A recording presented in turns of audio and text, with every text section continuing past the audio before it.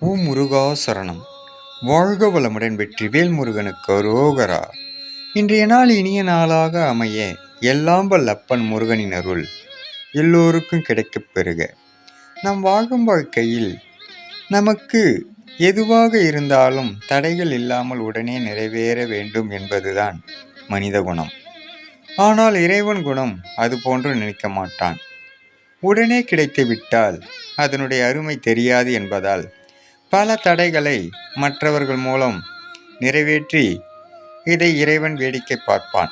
காரணம், உடனே செய்தால் இறைவன் இருப்பதை மறந்து விடுவார்கள் மனிதர்கள் என்பதால் நம்மை மீறிய சக்தி ஒன்று இருக்கிறது என்று மனிதர்கள் உணர வேண்டும் என்பதே பிரபஞ்ச கூற்று.